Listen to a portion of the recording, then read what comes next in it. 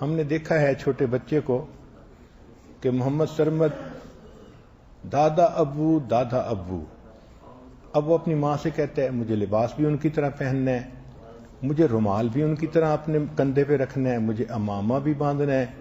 مجھے اپنی صدری بھی ان کی طرح بنانی ہے،